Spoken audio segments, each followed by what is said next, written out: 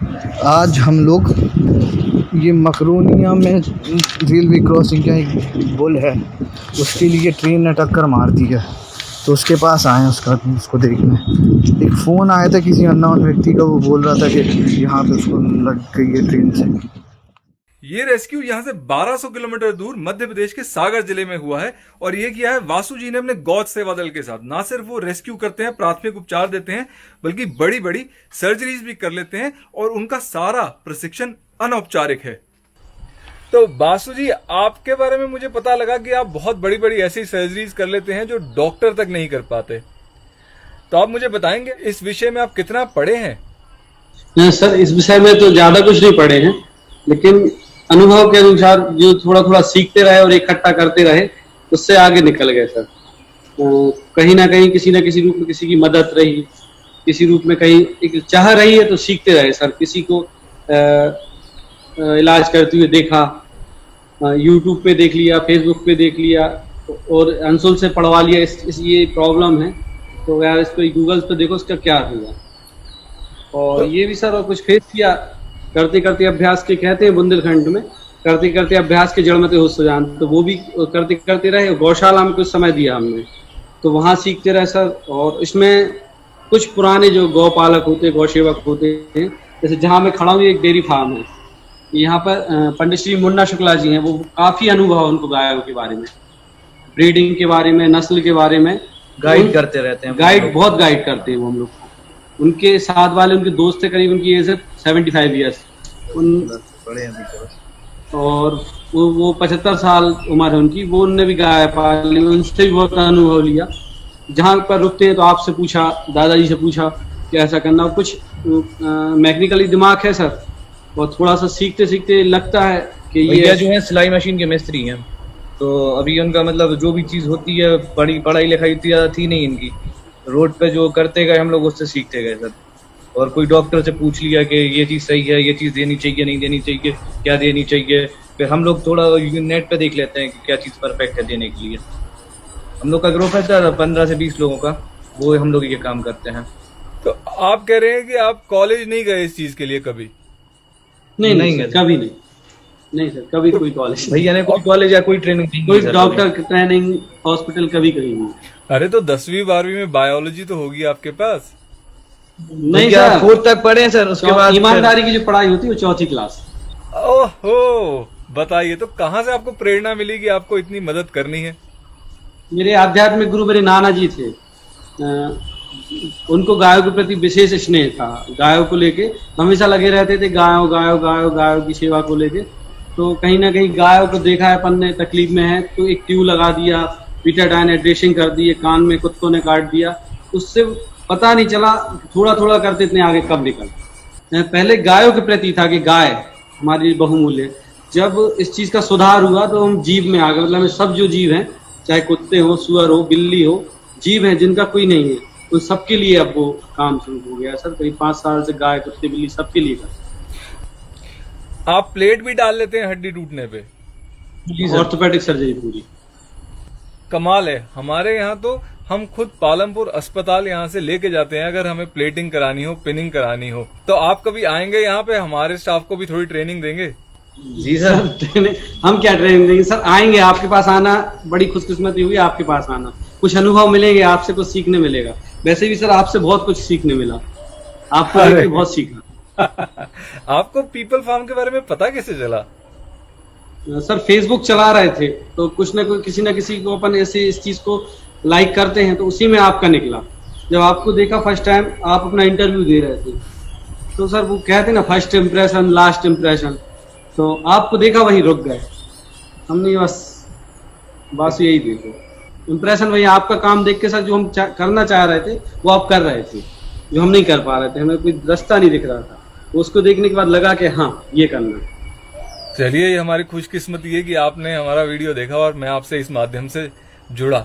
तो मुझे एक बात बताइए, अक्सर ना मुझसे लोग ये पूछते हैं कि भाई हमें फैमिली की सपोर्ट नहीं है। अब आप सिलाई का काम करते हैं और आप साथ में गौ सेवा करते हैं, आप कह रहे हैं कि सुअर, बिल्ली, कुत्ता कोई भी मिल जाए, तो इसमें समय का तो आपका हर्जा होता होगा।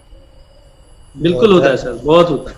तो घर वालों का इस बारे में क्या विचार है?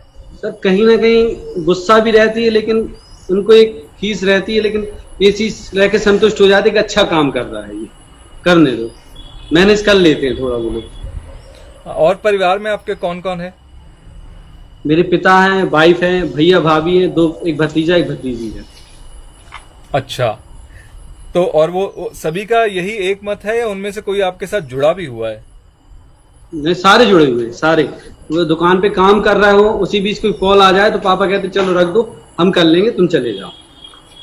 तो वो शुरू से ऐसे हैं या वो आपको देख के बदले हैं? हमें देख के बदले। अच्छा, तो बदलाव लाना मतलब संभव है लोगों में? बिल्कुल बिल्कुल, हमारे भाई का भी पूरा सपोर्ट है, फैमिली का पूरा सपोर्ट है। रात में 2 बजे भी आते हैं तो वाइफ को ये मालूम है कि कहीं कुछ काम कर रहे होंगे, फोन मत लगाओ।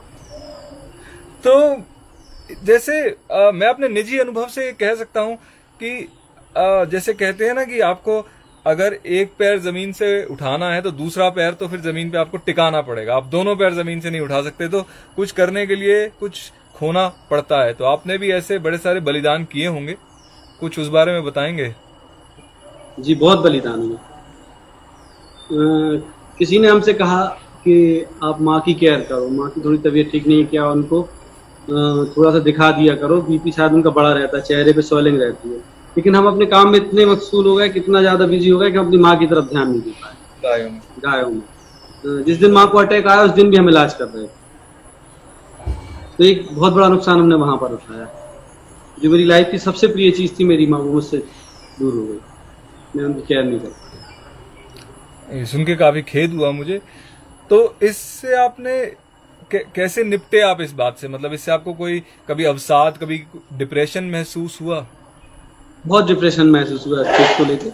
ये काम हमने बंद कर दिया, करीब 15 दिन हमने काम नहीं किया, टोटल बंद कर दिया। फिर एक दिन ऐसा सिक्स सेंस कहते हैं, सपने में वही लगा या ब्रेन में जो भी हो, मम्मी ने फिर से वही बोला सपने में आके, या जैसे भी लगाओ, कि माँ कह रही कि ये काम बंद नहीं करना, ये काम तुमने शुरू किया है आखिरी सांस तक करना, जब तक तुम्हारे शरीर में सांस है तुम्हें करना है, उठो जाओ करो। तो फिर शुरू कर दिया। पहले भैया ने अकेले शुरू किया था सर, हम लोग 20-25 लोग हैं ग्रुप में। तो ये 20-25 लोग कौन है? परिवार से आगे भी लोग जुड़े हैं यानी कि? हाँ सर परिवार के हैं, दोस्त लोग हैं। दोस्त लोग हैं, परिवार भैया हो गए, पारंग शुक्ला हो गए, और हमंशुल हो गए, दानिश हो गया, लकी जैन हो गए, ऐसे सब लोग ऐड है सर। 20-25 लोग का ग्रुप होता है, जब जरूरत पड़ती तो बुला लेते हैं सब।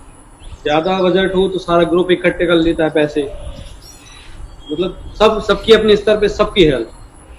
तो मैं पैसा ही अगला टॉपिक है जिसपे मैं आना चाह रहा था। अब ये काम करने के लिए एक तो समय चाहिए, मैन पावर चाहिए। चलिए समय तो आपने निकाल लिया, मैन पावर भी आपने इकट्ठी कर ली। आर्थिक सहायता?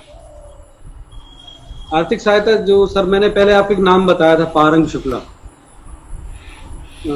पारंग शुक्ला फैमिली हमारे एक संपन्न परिवार, उनके बड़े पिताजी मुन्ना शुक्ला हैं, गुंजन भैया हैं, गुंजन शुक्ला जी, उनकी तरफ से आर्थिक मदद होती है हमारी।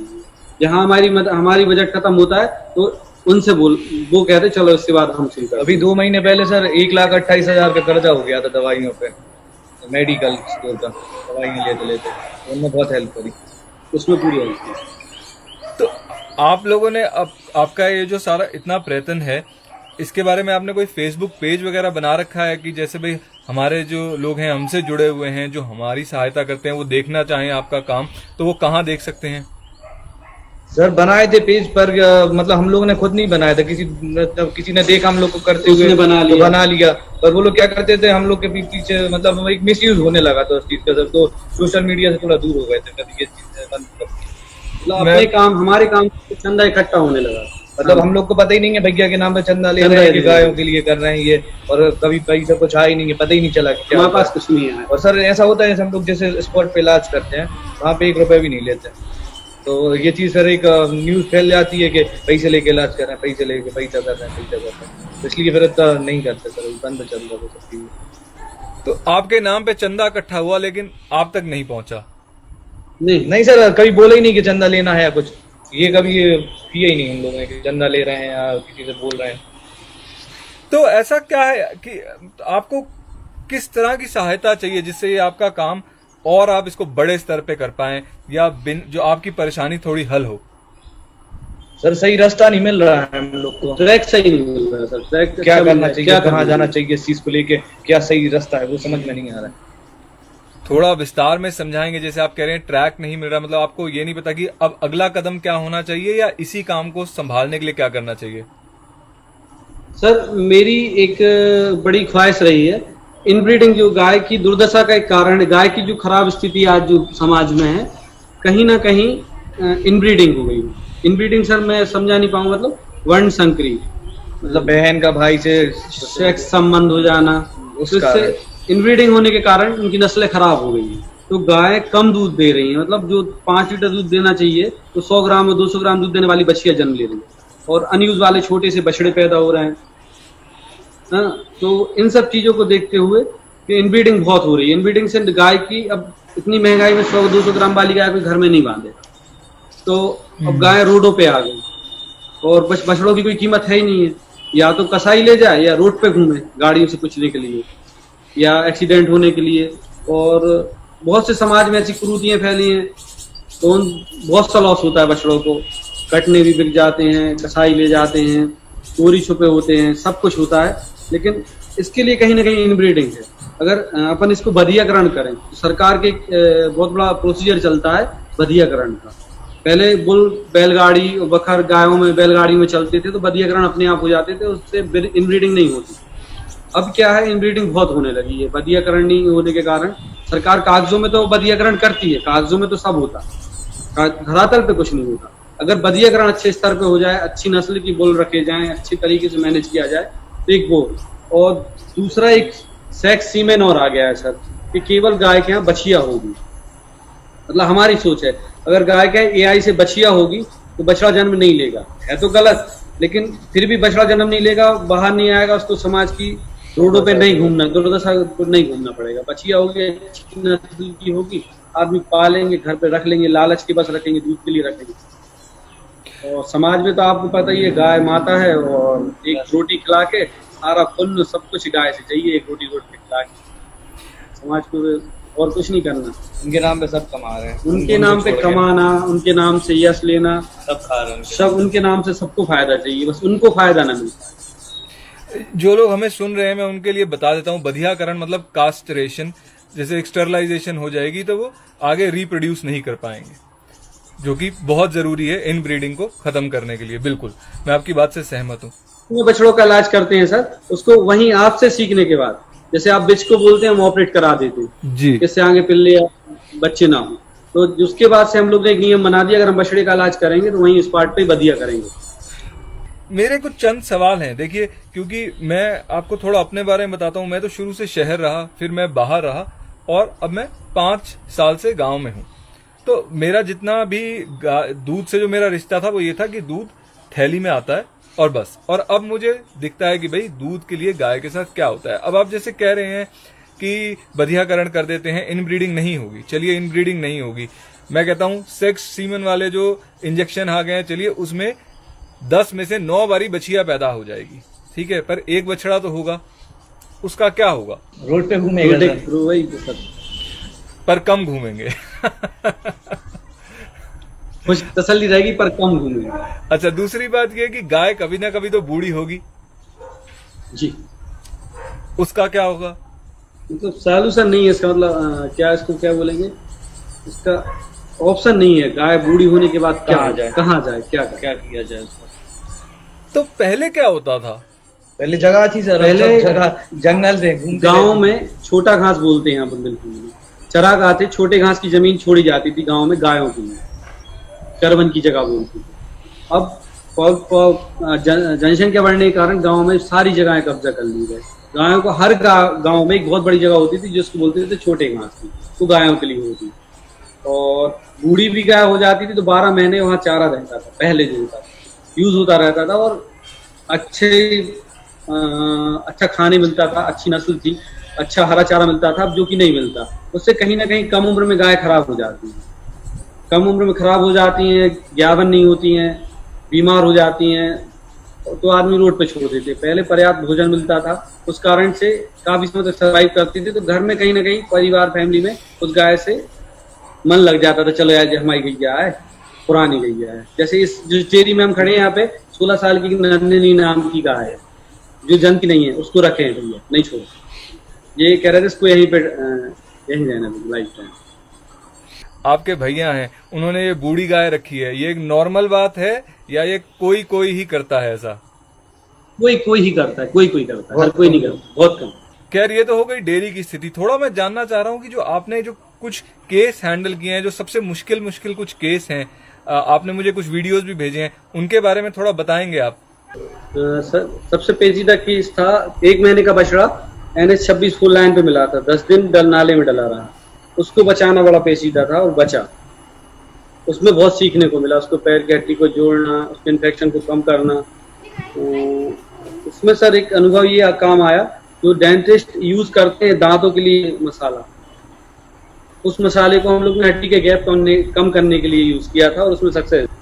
सर एक बस स्टैंड है हमारे यहाँ, बस स्टैंड पे एक बछड़े को कुत्तों ने खा लिया था नाक की तरफ से नोच के, तो उसको सांस लेने में तकलीफ हो रही थी, तो सर उसमें स्किन ट्रांसप्लांट की थी हम लोग ने। स्किन ऐसी कि उसकी थाइस की स्किन खाल निकाल के स्किन और नाक का हिस्सा बनाया था, और काफी सफाई से बहुत अच्छे से हुआ था। आज भी बछड़ा घूमता है, उसकी पूरी नाक पे थाइस की स्किन निकाल के नाक पे लगाई थी और सक्सेस हुए थे सर। एक बहुत बड़ा अनुभव रहा वो। और दूसरा अनुभव ये है कि सुअर मार बम खाने से एक बछड़े का जबड़ा फट गया था, जबड़े की नीचे की हड्डियां टूट गई, तो उसके लिए ड्रिलिंग करके तार से कब्जा, अपने दरवाजे में लगाने वाले अच्छी क्वालिटी के स्टेनलेस स्टील के कब्जे लगाए थे, तो वो सक्सेस रहे। उसमें आज भी वो बछड़ा जीवित है, अच्छा है स्वास्थ्य, उसके लिए किया था काम। करीब उसको 15 दिन हम लोग ने पाइप से भोजन दिया था, 15 दिन में रिकवर कर लिया था। और तीसरा हाँ सर, एक गाय का पैर बनाया था, नकली पैर बनाया था, उसमें सक्सेस हुई थी। मतलब उम्मीद नहीं थी, लेकिन फिर भी उसमें सक्सेस हुई, तो बहुत खुशी हुई थी कि हाँ कुछ कर लिया। तो वो नकली पैर परमानेंट लगा रहता है गाय के साथ क्या? परमानेंट जी, उसके साइज के हिसाब से जब बड़ा हो गया तो फिर चेंज कर देते हैं उसको, जैसे उसकी हाइट बढ़ी तो फिर चेंज किया उसको। तो वो गाय आपके साथ ही है आज भी? नहीं सर, लॉकडाउन के पहले तक दिखी थी, अभी दिख नहीं रही। हमारे यहाँ लॉकडाउन में लॉस बहुत हुआ सर, बहुत जानवर मरा, गाय मरी है। गाय लॉकडाउन से कैसे मर गई?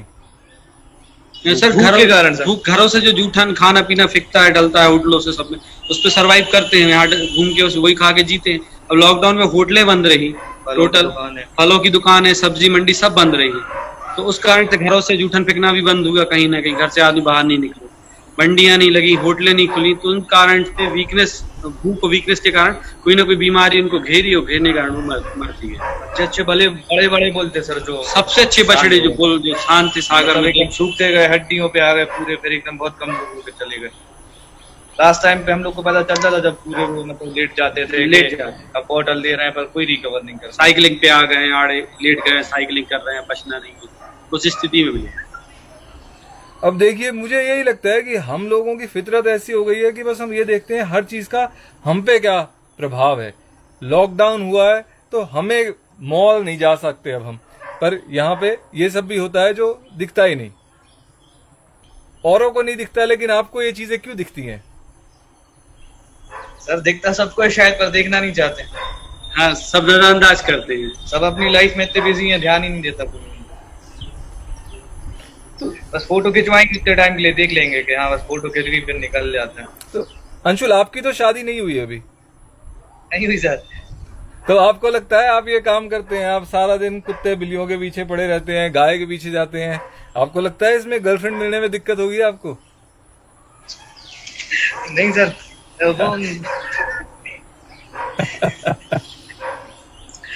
है सर, गर्लफ्रेंड है। अच्छा, तो वो रेस्क्यू कराती है साथ में?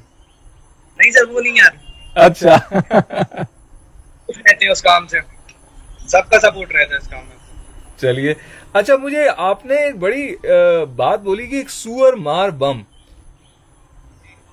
तो ये सुअर मार बम क्या होता है? सुतली बम को, बारूद को लपेट के बम बना के, जिसको दबाव पड़ने पे खाता है, जबड़े से खाते हैं उसको तो फट जाता है, तो उसको छिपा के रखते हैं कहीं ना कहीं, तो वहां से गाय निकली, उसको आटे की खुशबू आती है और वो खाती है।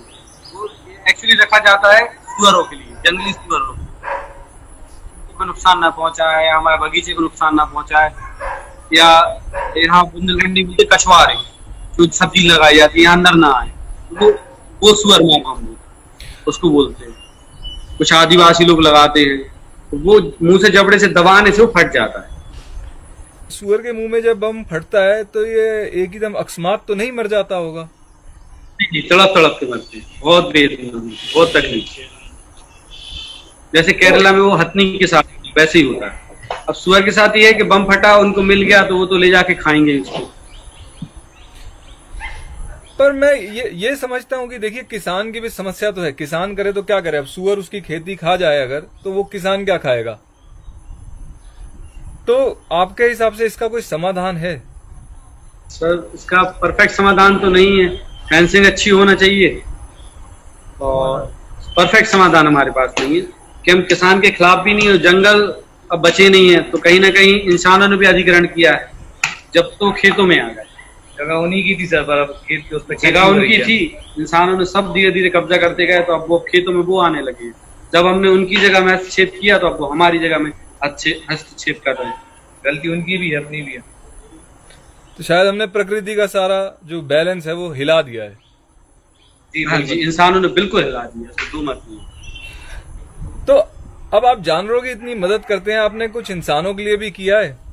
सर एक आश्रम है यहाँ पे घरौंदा करके, वहाँ पे भैया अच्छा कर देते हैं, जो भी जरूरत पड़ती है उन लोगों के लिए। वहाँ पे मतलब पीसी बच्चे होते हैं जो अनकॉन्शियस होते हैं, हैंडीकैप बच्चे होते हैं, उनको हमारा ग्रुप शुक्ला परिवार की तरफ से, सबकी तरफ से बहुत मदद होती है। इंसान अपन दान करो तो बताना नहीं चाहिए। देखिए ये मैं भी मानता हूँ कि बताना नहीं चाहिए, पर मुझे लगता है कि कहीं पे आज इस प्रेरणा की जरूरत है, क्योंकि हमारे सामने बस यही आता है, अमीर बन जाओ, नामी गिरामी हस्ती बन जाओ, क्रिकेट बड़ा अच्छा खेल लो, स्टार बन जाओ।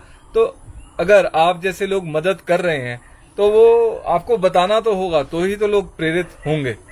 खैर, अब आप मुझे ये बताइए कि आपकी जिंदगी में हाल ही में कोई बदलाव आया है?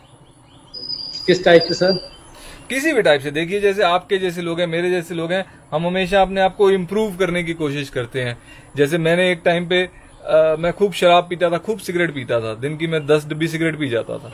फिर मैंने सिगरेट छोड़ी, फिर मैंने शराब छोड़ी, फिर मीट छोड़ दिया, अंडा छोड़ दिया, कुछ ना कुछ छोड़ता ही आ रहा हूँ। आपकी जिंदगी में कुछ ऐसा बदलाव, कोई आपने गुस्सा करना छोड़ा, कोई भी आदत बदली हो? ड्रिंक नहीं करते, स्मोकिंग, कुछ ऐसे कोई काम नहीं करते सर। थोड़ा सा पूजा पाठ ज्यादा करते हैं, कि बुराई कहें अच्छाई कहें, तो पूजा पाठ ज्यादा करते हैं। और सर एक काम जरूर किया है, एक लड़ाकू प्रवृत्ति थी हमारी, हर किसी से लड़ना, हर छोटी सी बात पे लड़ना, गाय के लिए, अपने लिए, किसी के भी लिए। मतलब एक बहुत गंदी हरकत थी, आदत थी, ये छूट गई सर, ये तो बदलाव आ गया। तो इसकी जड़ पे पहुंचते हैं कि क्या दिक्कत क्या है, जड़ पे पहुंच। गाय कटने जा रही है तो कसाई की गलती नहीं है उसमें, जिससे किसकी गलती, उसको ज्यादा इम्पोर्टेंस देते हैं। ये बदलाव आया सर, लड़ाकू प्रवृत्ति कम होती है, बहुत बदलाव। और ये समझ कैसे आई आपको? सर इसी दोस्तों में, लोगों में, साथ आप जैसों का साथ मिलता रहा, तो ये समझ आती गई मुख पश्चिमों में कि कहीं ना कहीं हम गलत हैं इस चीज को लेकर। तो सर दया भाव आ ही जाता, जब इनके साथ रहो तो अपने आप दया भाव आ जाता है, फिर तो दूर दूर तक नहीं आता गुस्सा। जब गाय तो ये वेदना देखो, इनकी तकलीफ देखो, अपना तो कुछ सोचने का टाइम ही नहीं मिलेगा। तो अच्छा, आप एक बात बताइए, आप ये वीडियो डेयरी से कर रहे हैं और आपको पता होगा कि आपने मेरे वीडियोस देखे हैं, मैं कहता हूं कि भाई गाय के साथ इतना अत्याचार हो रहा है दूध के लिए, तो दूध को बायकॉट करो।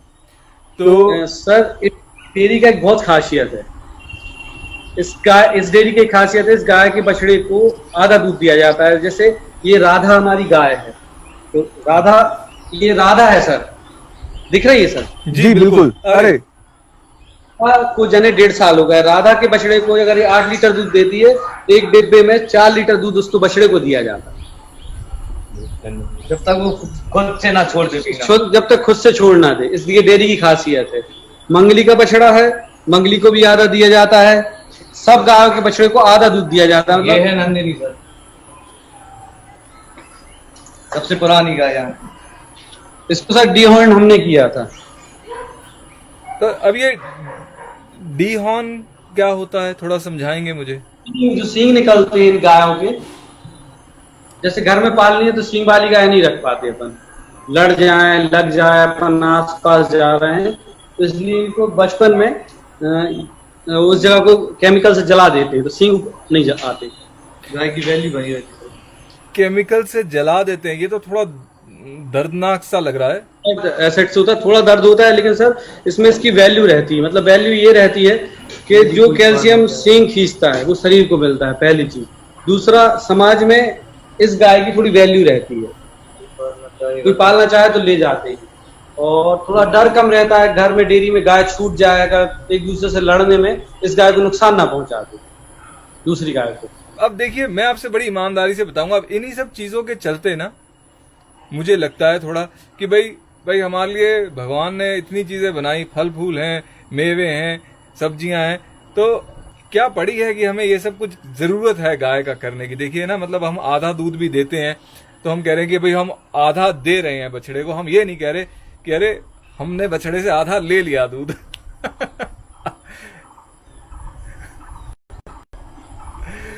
मुझे एक और बात समझनी है आपसे, क्योंकि देखिए आपका डेयरी का अनुभव मुझसे बहुत ज्यादा है। तो जैसे कि लोग कहते हैं कि अगर हम पूरा दूध बछड़े को दे देंगे तो उसको 10 लग जाएंगे। अब जितनी मेरी समझ कहती है कि बछड़े का तो जो लूज मोशन इसलिए रहते हैं क्योंकि वो दूध पी रहा है, तो उसका जो स्टूल है वो सॉफ्ट ही रहेगा, इंसान के बच्चे का भी सॉफ्ट ही होता है। और दूसरा ये कि अगर बछड़ा, जहां तक मुझे पता है, अगर कम दूध पिएगा तो गाय बनाएगी कम दूध। तो इसमें थोड़ा मुझे बताएंगे, मैं गलत कह रहा हूँ, सही कह रहा हूँ? तो सही है, आप गाय बछड़ा ज्यादा दूध भी पी लेगा, वहां का पूरा दूध पिएगा, कभी कोई लूज मोशन नहीं होती। ये गलत धारणा है। तो ये बस भ्रांति फैला रखी है लोगों ने, ये बस भ्रांति फैला रखी है, बिल्कुल गलत धारणा है। हमने 16 लीटर, जो 16 लीटर गाय देती है, उन बछड़ों को छूट के अपनी माओ को पूरा दूध पीते देखा, वो कई टाइम दूध पीते थे, तो कुछ नहीं होता। तो आप कहीं पे मेरे इस मत से सहमत हैं कि भाई अगर दूध के लिए गाय को इतनी प्रताड़ना दी जा रही है? अब देखिए भाई, ऐसी सर्वगुण संपन्न डेयरी हर जगह तो है नहीं जहां पे बछड़ों का ध्यान रखा जाए, बूढ़ी गाय भी रखी जाए। अब जो डी हॉर्निंग है उसमें दर्द होता है, पर आप इतने पशु प्रेमी हैं तो आपने प्यार से की होगी। हमारे यहाँ तो मैंने देखा है जो कास्ट्रेशन है वो भी बिना एनेस्थीसिया दिए होती है, लोकल भी नहीं लगाते, बस कर देते हैं। तो अब ऐसी डेयरियां हर जगह तो है नहीं, तो क्या मैं गलत कहता हूं कि भाई अगर गाय के लिए इतना ही खराब है दूध की प्रोडक्शन और हम कहते हैं कि हमें गाय से प्रेम है, तो भाई दूध हमें नहीं पीना चाहिए? जी सर, आप बिल्कुल सही हैं। अब सर कहीं ना कहीं हमें तो विरासत में मिला है गाय और दूध, तो शुरू से विरासत में मिला है सर, बचपन से दूध ही देखा है। तो इसके बारे में सर कुछ उतना नहीं सोचा, जब आपसे मिले उसके बाद सोचना शुरू किया इस पे। तो हम तो चाय पीते नहीं है सर, छोड़ दिए चाय। आपने चाय पीनी छोड़ दी 4 महीने पहले, ये कहा आपने? ब्लैक टी पीते हैं। अच्छा, नहीं खाना बंद कर दिया, केवल दाल से प्रोटीन ले रहे हैं, सोयाबीन की बरी से ले रहे हैं। नॉन वेज कुछ खाते नहीं है सर? दाल, अरहर की दालें होती हैं, मूंग की दाल होती है, बस वो ज्यादा यूज। मेरे को बड़ा अच्छा लगा आपने इतना हमारे साथ समय बिताया, जबकि हमारी आपकी थोड़ी विचारधारा पूरी मिलती नहीं है, फिर भी मुझे आपसे सीखने को बहुत कुछ मिला। तो मुझे कुछ ऐसा जो आप हमारे जो लोग सुन रहे हैं उनको कुछ कहना चाहेंगे? थोड़ी सा केयर होने लगे बस जानवरों की, यही है। गायों, जानवरों के प्रति आदमी थोड़ा सा नरम रवैया लाए, थोड़ा सा नरम रवैया लाए और उनके प्रति थोड़ा सा जागरूक हो। वो भी तो बहुत चढ़ा देते हैं। कथावाचकों ने कहा कि गाय ये है वो है, बस उतने टाइम के लिए गाय माता बन जाती है, उसके बाद सब भूल जाते हैं, बस वहां से निकलने के बाद। थोड़ा इस चीज पे ध्यान दे कि वो है कुछ, मतलब भगवान ना माने जानवर तो समझ के उसकी थोड़ी बहुत केयर कर सकते हैं। ये तो आपने बहुत अच्छा कहा। तो कोई आपसे मिल के जमीनी तौर पे कुछ अनुभव लेना चाहता हो तो कहाँ संपर्क कर सकता है आपको? जवाब बोले सर, जहाँ आप बोले। हम लोग भी आपसे मिलने के लिए सर बहुत मतलब बहुत इच्छुक है। हमारे यहाँ तो हम आपको लाएंगे ही लाएंगे, खैर वो तो गारंटेड है। पर और लोग जो सुन रहे हैं, पूरे भारतवर्ष के लोग सुन रहे हैं, जैसे वो आपसे जुड़ना चाहें, कोई हो सकता है सागर मध्य प्रदेश में ही हो जिसको अभी आपके बारे में पता ना हो, तो वो आपसे मिलना चाहे तो आपको फोन करें। आपका फोन नंबर हम शेयर कर दें पोस्ट में? जी बिल्कुल सर, बिल्कुल सर। ऐसा ना हो आपको बड़े सारे फोन आना शुरू हो जाए, लोग तंग कर दें आपको। बहुत फोन आते हैं सर, अभी से फोन काट दो करके आ चुके हैं अभी। सर ये है पारंग शुक्ला, ये दानिश है, ये पारंग, ये फाइनेंसर है हमारे। अच्छा, हमेशा तैयार रहते हैं इलाज के लिए, कभी फोन लगा दो सब काम छोड़ के तैयार हैं आने के लिए। दूर जाना है तो भैया की 4 व्हीलर मिलती है। भाई हमें आप उस 4 व्हीलर की फोटो जरूर भेजिएगा, अब मैं बड़ा उत्सुक हो गया हूँ। जी सर दिखाते हैं, यही रखी ना, यही वाली दिखा दो। ये खोल ले गेट पारंग, अरे यार ये है सर इनके। अच्छा, तो गाय आप सर गाय के लिए मतलब जाते इससे आप है सर, आप यूज करते हैं गाय के लिए, फिर लाने के लिए गाय को लाना हो तो आप ही ला। बाकी तो यही है। आप है सर, ये है दिखाते हैं आपको, तो ये है सर, ये सब हम लोग की टीम ही की है सर, मतलब टीम से हम लोग जब भी जाते हैं तो इसी में से जब ज्यादा जरूरत पड़ती है। ये है सर गाय के लिए हम लोग ने अभी अभी परचेस किया था ये। अच्छा, तो आपने सारे संसाधन जोड़ रखे हैं सर, धीरे धीरे करते करते लाइन रोड से गाय छोड़ नहीं सकती, कुत्ते खा लेते हैं बीमार गाय, तो फिर हम ले आते हैं उसको साथ। तो आप लोगों को कह सकते हैं कि गौरक्षक की तरह जाना जाता है अपने एरिया में? नहीं सर, गौ सेवक। ये वो कहेंगे ना कसाई मारो या लड़ाई झगड़े वाले नहीं है, केवल अपना गौ सेवा कैसे कर सकते हैं, गौ की रक्षा कैसे की जा सकती है वो बता सकते हैं। ओके, तो ये आपने अच्छी परिभाषा में एक वो बताया कि आप गौ सेवक हैं। चलिए ठीक है बासु जी, अंशु जी, थैंक यू, काफी अच्छा लगा आपसे बात करके।